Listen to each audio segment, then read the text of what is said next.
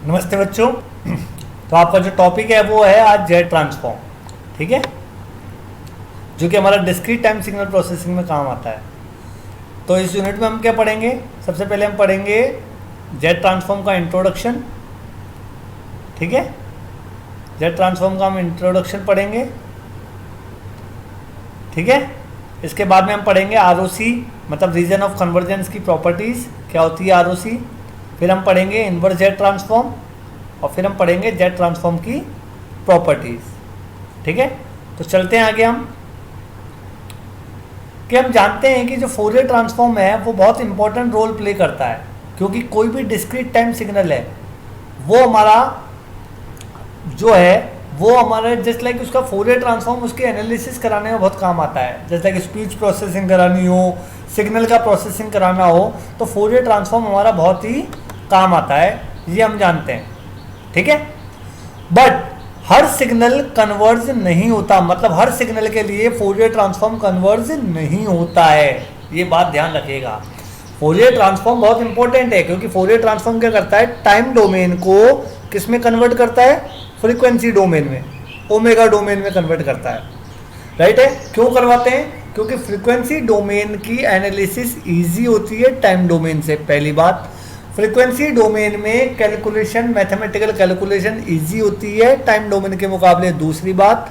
और जो frequency domain है उसमें सिग्नल की प्रोसेसिंग हो जाती है, जैसे ऑडियो प्रोसेसिंग, वॉइस प्रोसेसिंग, ये। बट फोरियर ट्रांसफॉर्म के साथ एक डीमेरिट था कि ये कन्वर्ज नहीं होता सारे सिग्नल के साथ, इसीलिए जेड ट्रांसफॉर्म मार्केट में आया। बात समझ में आ गया?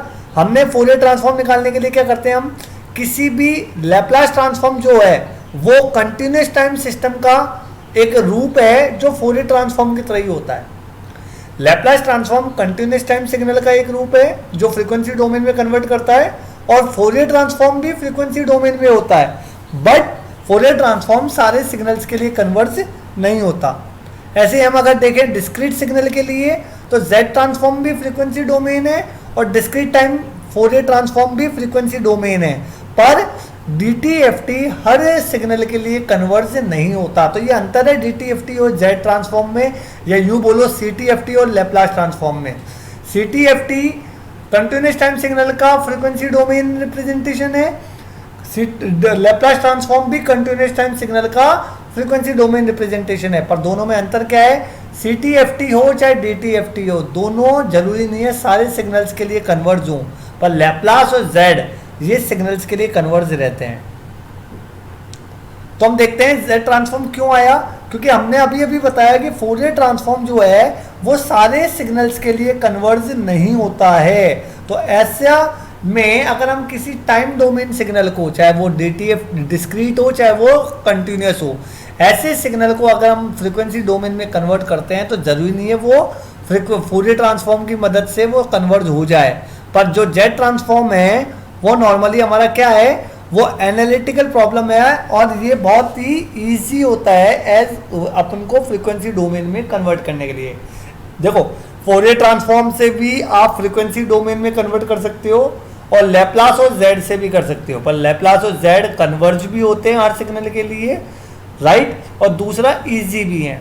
जबकि फोरियर ट्रांसफॉर्म कन्वर्ट तो कर देगा पर वो जरूरी नहीं है हर सिग्नल के लिए कन्वर्ज हो, ठीक है। अब किसी भी सिग्नल का जेड ट्रांसफॉर्म निकालने के लिए, जैसे मान लो कोई सिग्नल है एक्सएन, तो उसका जेड ट्रांसफॉर्म होगा एक्स जेड, ठीक है। तो उसका फॉर्मूला होता है summation n equal to minus infinity से प्लस के infinity x N Z minus n, clear है, जिसका हम करेंगे एक्स एन से एक्स जेड में कन्वर्ट हो जाएगा, राइट। अब हम चलते हैं आगे।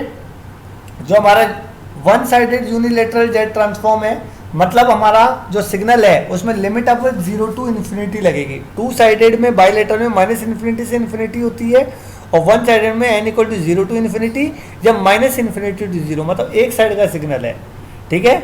यहाँ एक्स एन वो है जिसका जेड ट्रांसफॉर्म लेना है, और टोटल फॉर्मूला होगा एक्स जेड बराबर N equal to minus infinity से infinity x N Z minus N,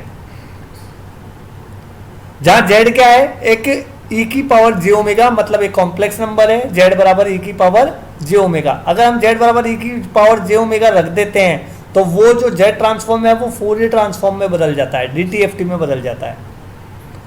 अब हम z बराबर मानते हैं r e की पावर j ओमेगा, तो इसको हमने यहाँ पुट करा तो xn r की पावर माइनस एन e की power minus j omega n हो गया।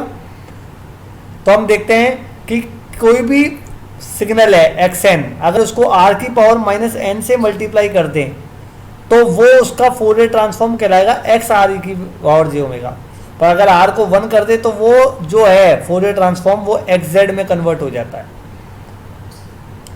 तो हम देखते हैं r बराबर 1, तो ये हमारा यूनिट सर्किल हो गया, जहां z बराबर क्या है e की पावर j ओमेगा, जहां एंगल है ओमेगा। ओके, ओमेगा क्या है अपना एंगल है, जिसकी वैल्यू माइनस पाई से प्लस पाई रहेगी। अब हम देखते हैं कि ROC क्या होती है, वो वैल्यू z की जिसमें जो z ट्रांसफॉर्म हमने जो निकाला वो कन्वर्ज हुए, मतलब वो नेगेटिव नहीं बने, वो इन्फिनिटी नहीं बने। जो z ट्रांसफॉर्म आप निकालोगे वो कन्वर्ज हो जाए, उसको हम कहते हैं, उन वैल्यूज को z की उन वैल्यूज को हम ROC कहते हैं। ठीक है, मतलब हमारा ये देख रहे हो xn x r e की पावर j ओमेगा है, वो लेस देन इक्वल टू आना चाहिए xn r की पावर माइनस एन, और इन्फिनिटी नहीं बने, फाइनाइट वैल्यू बने। ठीक है, तो ROC वो वैल्यू है जहां पे इनइक्वालिटी मेंटेन हो, ये कंडीशंस मेंटेन रहे z की उन वैल्यूज के लिए, वो वैल्यूज ROC कहलाती हैं। ठीक है, तो हम देखते हैं जैसे सम वैल्यू ऑफ z से z इक्वल टू z1, ये z1 है जो ROC में आ रहा है, मतलब z इक्वल टू z1 रखने पर हमारा जो z ट्रांसफॉर्म है वो इनइक्वालिटी को सेटिस्फाई कर रहा है, इस फॉर्मूले को सेटिस्फाई कर रहा है, तो वो हमारी ROC में आएगा। ठीक है, अगर हमारी ROC यूनिट सर्किल को इंक्लूड करती है, ठीक है, तो हमारा जो फंक्शन है वो कंटिन्यूस फंक्शन कहलाएगा। अगर हमारी ROC में यूनिट सर्किल आया था, मतलब z बराबर 1 आ जाता है, तो वो हमारा कंटिन्यूस फंक्शन कहलाएगा। ठीक है, कोई भी z ट्रांसफॉर्म है वो दो फॉर्म में बना होता है, ऊपर न्यूमरेटर होता है जिसको हम कहते हैं जीरोज, और नीचे होता है नीचे डिनोमिनेटर होता है जिसको हम कहते हैं पोल्स। राइट है, और ये पोल्स और जीरोज पोलिनोमियल से हैं, मतलब z की पावर के फंक्शंस होते हैं। ठीक है, जीरो क्या होता है जिसकी में z बराबर वैल्यू रखने पर xz जीरो हो जाए, पोल्स क्या होते हैं जिसमें xz बराबर इन्फिनिटी हो जाए।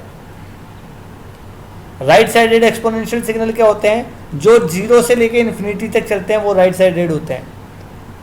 ठीक है, अगर हम इसे निकालना है तो देखो an un की वैल्यू कहाँ होती है, जीरो से इन्फिनिटी 1 होती है, तो लिमिट हो गई जीरो से इन्फिनिटी, un की वैल्यू 1 हो गई, तो an z माइनस एन।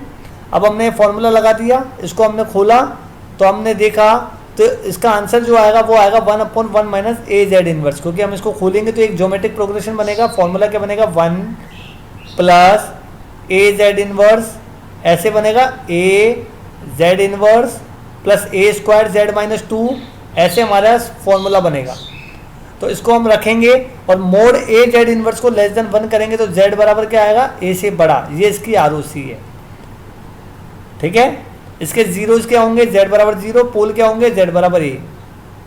तो अगर हम इसको प्लॉट करें तो देखेंगे z बराबर 0, जो हमारी ROC है वो इसके बाहर आएगी, जो हमारी ROC है वो इसके क्या आएगी, a के बाहर आएगी। क्रॉस से पोल को डिनोट करते हैं, जीरो से जीरोज को डिनोट करते हैं। अब इस सिग्नल को देखते हैं, लेफ्ट साइडेड है, मतलब ये माइनस इन्फिनिटी से 0 है।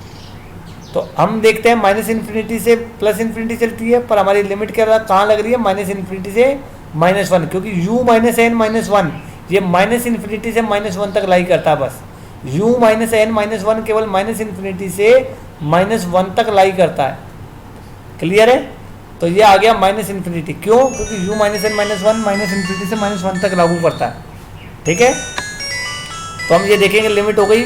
अब हमने माइनस साइन बाहर ले लिया, और ये जो माइनस की लिमिट है इसको प्लस का बनाने के लिए हम क्या करते हैं, 1 टू इन्फिनिटी हो गई और n को माइनस कर देते हैं, n पे नेगेटिव आ जाता है अगर नेगेटिव लिमिट को पॉजिटिव लिमिट लगाते हैं तो। ठीक है, तो ROC जो है वो हमारी अब क्या आ गई, mode a inverse z, mode a inverse z है, उसको लेस देन 1 करेंगे तो आएगा mode z is less than a। Clear है, इसके जीरो और पोल आ गए। तो अब हम देखते हैं ये भी है, वही जीरो इसका 0 पे है और पोल इसका a पे है, पर इसकी ROC अब अंदर आएगी क्योंकि मोड z जो है वो लेस देन a है। तो इसकी आर अंदर आएगी। ठीक है, थैंक यू।